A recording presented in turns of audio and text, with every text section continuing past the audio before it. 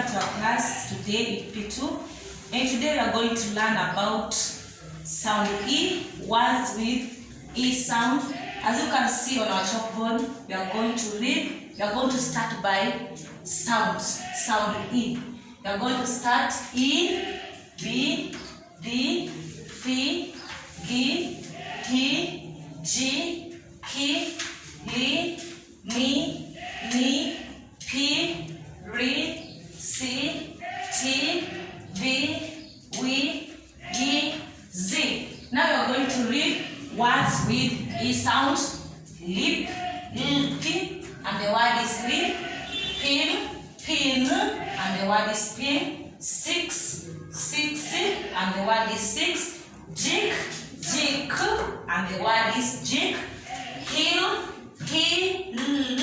and the word is hill. Tin, and the word is tin.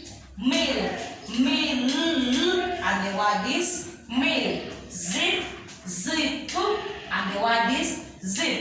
Now we are going to read them again. We are going to start with sounds, then words with E sound. E, P, D, F, G, H, G, K, L, M, N, P, R, C, T, V, W, E, Z.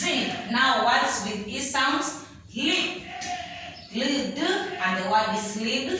Pin, pin, and the word is pin. Six, and the word is six.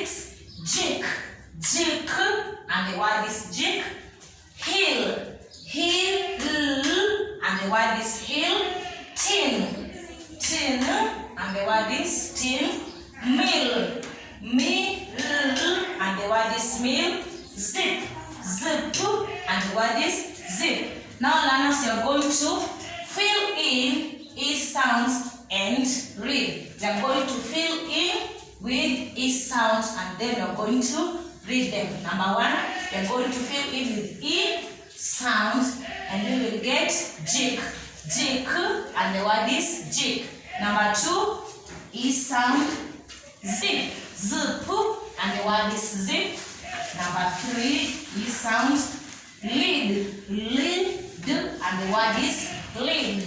And number four, E sound, hill, and the word is hill. Number six,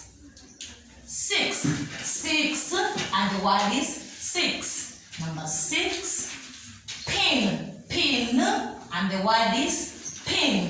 And the last one, you are going to fill in with E sound, mill, and the word is mill. Now learners, we are going to read them all together. We're going to start. Jig, zip, lid, hill, six, pin, hill. Now I'm going to give you an extended word. You are going to fill in with E sound and read. You fill in with E sound and read from number 1 to number 5. After you finish filling in with E sound, you are going to finish by writing your two names. So your two names, the first name and the last name. Thank you so much, learners. We'll meet another lesson. Bye bye.